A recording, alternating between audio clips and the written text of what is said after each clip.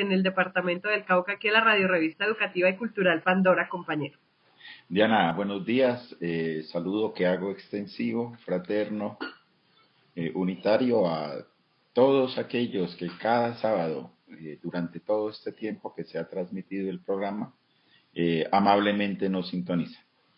Vamos a entrar un poco en materia en el panorama nacional, son las 8:42 de la mañana y hablemos acerca de las consideraciones sobre el estado de cosas inconstitucional decretado por la Corte Constitucional en relación con los acuerdos de paz, compañero. Bueno, antes de eso, Diana, si me lo permites, quiero utilizar el espacio para, antes de rendir el informe de hoy, utilizar el espacio para ofrecer disculpas por el impasse que se nos presentó el pasado sábado con el informe sindical que me correspondía entregarle. Infortunadamente, el sitio en el que me encontraba hubo un problema técnico que me impidió cumplir a cabalidad con esta tarea. Por supuesto que ofrezco disculpas a la amable audiencia y espero pues que este tipo de situaciones no se nos repitan.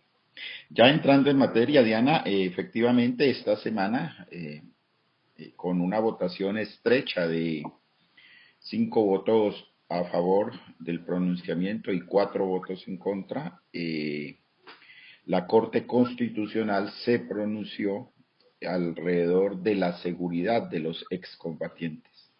Recordemos nosotros que la Corte Constitucional es la guardiana de la Constitución. Es la que por constitución, valga decirlo, está encargada de vigilar, de custodiar, para que todos y cada uno de los colombianos cumplamos la Constitución y cumplamos nuestras misiones constitucionales, en especial los servidores públicos. En esa vía, la Corte Constitucional analizó la situación de los acuerdos de paz, que todos saben, fueron elevados a rango constitucional a través de un acto legislativo. En el 2016 analizó esa situación y particularmente la situación de la seguridad de los excombatientes, donde hay unos compromisos que no solo tienen vigilancia nacional, sino también vigilancia internacional a través de la Organización de las Naciones Unidas. Entonces, así pues que los compromisos en esa materia pasan pues nuestras fronteras. Dicho esto, como marco, entonces la Corte encuentra que efectivamente existe una situación, varias situaciones que se vienen presentando en relación con violaciones constantes y masivas de los derechos fundamentales de los excombatientes, principalmente lo que tiene que ver con la protección de la vida, integridad, seguridad de los excombatientes y sus respectivas familias y sus respectivas organizaciones. Una vez toman esta difícil decisión, repito, en ese margen apretado de votación, porque algunos sostenían en cabeza del gobierno, pues que aquí no pasa nada, que lo que pasa con los excombatientes es lo que pasa con cualquier colombiano. La Corte consideró que no, afortunadamente. Entonces adopta una serie de medidas, en nuestra opinión, trascendentales para parar ese estado de cosas inconstitucional. Lo primero es que conforma una comisión de alto nivel al interior de la misma Corte para vigilar y hacerle seguimiento al cumplimiento cabal de las órdenes que ella como Corte da para proteger a estos compañeros. Lo segundo es que ordena a toda la institucionalidad a hacer unos ajustes para garantizar que este estado de cosas inconstitucional, en un tiempo perentorio que no supera los 6 meses, se subsane. Es decir, que los excombatientes puedan contar con medidas que efectivamente garanticen la protección de su vida, de su integridad, y obviamente la de sus familias y la de sus organizaciones. Entonces, una de las órdenes más importantes que da es al gobierno nacional en cabeza del presidente de la República y a la Unidad Nacional de Protección para que adopten programas diferenciados de protección a estos compañeros, repito, en el marco de evitar que se sigan asesinando se sigan masacrando y se sigan desplazando porque ya los guarismos pasaron de centenares. Eso no puede seguir pasando en Colombia porque lo que significaría es que Colombia privilegia la venganza sobre la reconciliación. Compañeros, son las 8:46 de la mañana, hablemos sobre la cacería de brujas desde la Procuraduría para pasar posteriormente al panorama departamental. Bueno, no, por supuesto que nos toca decir también como marco que la Procuraduría es el organismo preferente en materia de control disciplinario de todos los servidores públicos. Quiere decir eso, compañeros, que cualquiera que ejerzamos función pública somos sujetos disciplinables por ese ente. Eso no es nuevo, eso lo dice la ley también. ¿Qué es la situación? Se vedó el profe. ¿Qué, qué es lo nuevo que se viene presentando y resulta complejo? Es que desde la Procuraduría se vienen implementando una serie de estrategias que nosotros le llamamos cacería de brujas contra los servidores públicos, pero infortunadamente no contra todos, sino contra aquellos que no son proclives a los lineamientos políticos de la Procuraduría y por supuesto del partido de gobierno, es decir, a quienes o nos hemos declarado en oposición o se han declarado independientes. Así las cosas, la Procuraduría ha anunciado iniciación de sendos procesos disciplinarios. Y uno dice, si hay razones, pues debe hacerlo, es su función. Pero si no la hay, estaría incurriendo en extralimitación de funciones. Primer llamado, estar atento a eso. Y en esa había unas pequeñas píldoras en relación con la participación de los servidores públicos, en particular los docentes, en las contiendas electorales. Los docentes, por ser ciudadanos colombianos, podemos participar de las campañas electorales. ¿Qué es lo que nos está permitido a nosotros y a todos los servidores públicos? Es hacer uso del cargo, hacer uso de los recursos públicos en favor de una campaña en particular, de un candidato en particular. Nosotros no podemos utilizar nuestro tiempo para salir a hacer campaña. Nosotros no podemos utilizar nuestra función como docentes para convocar actividades proselitistas al interior de la institución educativa. Nosotros no podemos subirnos a tarima a arengar consignas en favor de candidatos. Nosotros no podemos aportar dinero en favor de X o de Y candidato. Sí podemos hacer uso del voto, sí podemos, por fuera de esa situación, dar a conocer nuestras opiniones, repito, pero que esa declaración de nuestras opiniones no se haga ni en escenarios públicos, ni menos en los horarios laborales. A tener en cuenta eso, compañeros. Ya pasando al panorama departamental, son las 8:50 de la mañana. Hablemos acerca de la oposición como SUTEC frente al tema de la virtualidad como modalidad permanente para la prestación del servicio educativo. Bueno, en esto queremos ser claros, precisos y contundentes. SUTEC rechaza cualquier propuesta, cualquier iniciativa que pretenda convertir la virtualidad, el teletrabajo o el trabajo en casa en una modalidad permanente de prestación del servicio educativo. Así de sencillo. Venga de donde venga la iniciativa.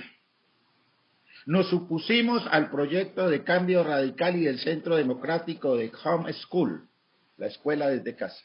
Nos opusimos al proyecto de cambio radical, la U y Centro Democrático, para implementar la virtualidad. Nos opusimos al proyecto de trabajo en casa, del cual fuimos exonerados porque los demás servidores públicos pueden hacer ese trabajo. Y afortunadamente para la educación y gracias a la lucha de los magisterios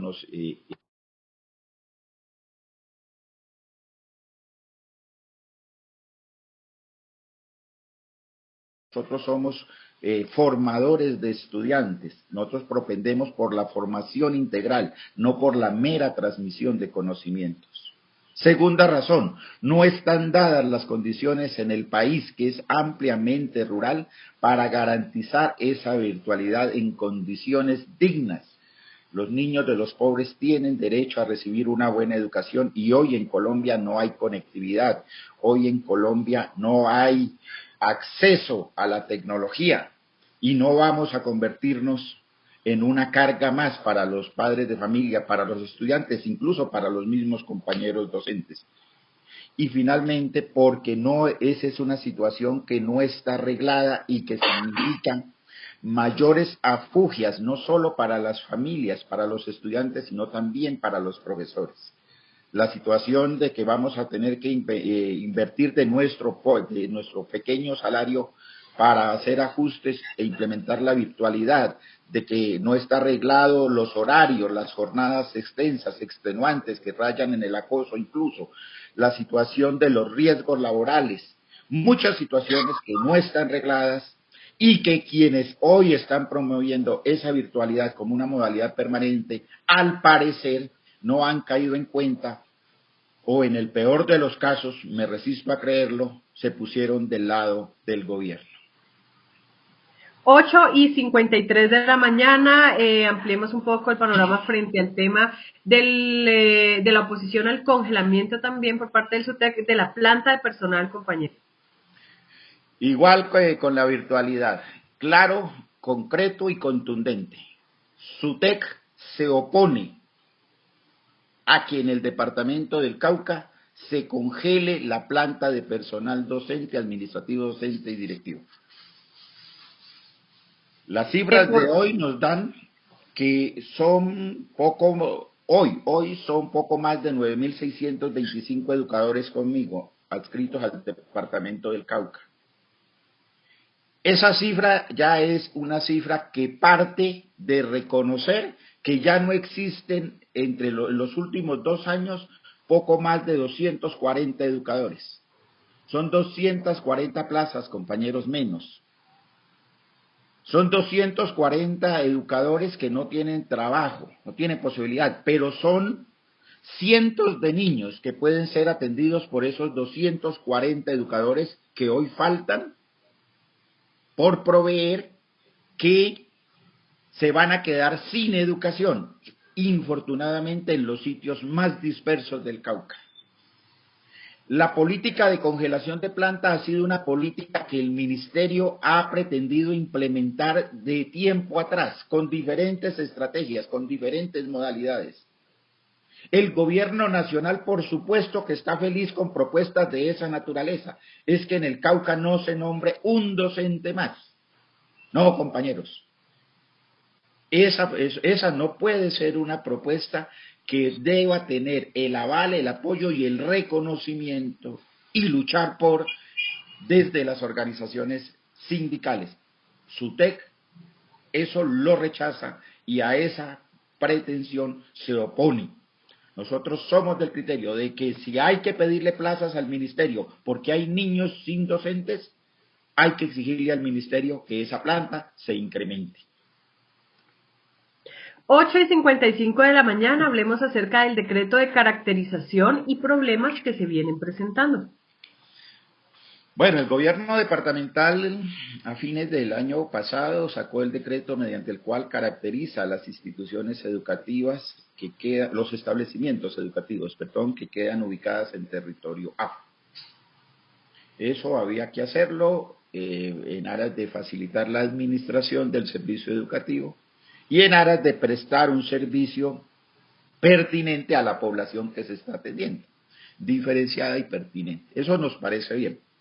¿Qué es lo que no compartimos como SUTEC? Las situaciones que se vienen generando, creemos nosotros, por personas individuales, no por organizaciones, queremos en eso dejar claro, son las personas las que vienen haciendo uso arbitrario de las facultades que la ley les otorga en términos de administración de algunos establecimientos, de algunas situaciones administrativas de personal docente. Entonces, vienen cometiendo toda una clase de desafueros algunos consejeros comunitarios de población afro, repito, e igual debo decirlo también, algunas autoridades indígenas también lo hacen y genera rechazo desde su TEC, por supuesto, en términos de exigir favores distintos al de la idoneidad del maestro, a la de la capacidad del maestro para poder acceder a derechos. Entonces, no puede ser hoy que los maestros tengan que aportar más que su capacidad de trabajo, más que su idoneidad, más que su preparación, más que sus funciones, para que desde los consejos comunitarios se les permita laborar, se les permita trasladarse, se les permita reubicarse. Y en el peor de los casos, ya rayando en situaciones que pueden ser tipificadas como conductas delictivas. Y simplemente lo menciono como ejemplo. No puede ser que una compañera docente se vea sometida a acoso sexual a cambio de o con la pretensión de que pueda ser avalada por un consejo comunitario para poder laborar. Eso debe ser rechazado, eso debe ser conocido por las autoridades y los presuntos responsables de este tipo de comportamientos que, por supuesto, deterioran el principio de la autodeterminación y desnaturalizan la lucha de los pueblos afros y de los pueblos indígenas, deben ser rechazados. Nuestro llamado es para que los pueblos autónomamente tomen medidas contra estos presuntos personajillos que hoy se han creído que tienen poderes exorbitantes y que pueden abusar de ese poder. Finalmente, compañeros, nos queda un minuto para que redondeemos y puntualicemos el tema de la dotación, de pronto las orientaciones sobre traslados y, por supuesto, nuestra agenda SUTEC. Bueno, rápidamente, se reactivó desde el pasado martes la dotación, lo están haciendo con pico y cédula, lunes 1 y 2, martes 3, 4, miércoles 5, 6, así sucesivamente en los 3 municipios que se habían anunciado, Santander, Guapi y Popayán. Sobre traslados, sacaron la circular número 15, en la cual hacen una serie de precisiones para traslados por necesidad del servicio, por salud y por situaciones de liberación en zonas afro o indígenas, dejando claro que quien produce el acto administrativo de manera exclusiva es la Secretaría de Educación, no así los rectores, menos aún los directores de núcleo. Y finalmente, la agenda para esta semana, vamos a continuar en reuniones con las direcciones de las subdirectivas en la vía de analizar nuestras situaciones organizativas y, por supuesto, fortalecer ese componente tan importante y, por supuesto, promocionando nuestro plan de acción, en particular preparando desde abajo, como debe ser, nuestra próxima asamblea departamental de delegados. Compañero, muchísimas gracias por ese informe sindical. Creo que todo el panorama quedó más que específico. Los vamos a dejar. ¿Te vas a despedir, compañero? ¿Vas a decir algo? No, muchas gracias, muy formales, como siempre. Los vamos a dejar con la frase: jamás la escuela y el maestro podrán ser reemplazados por la tecnología. Hace falta la pedagogía del afecto. Cuídense bastante, que pasen un resto de fin de semana feliz. Chao, chao. Nos vemos el próximo sábado.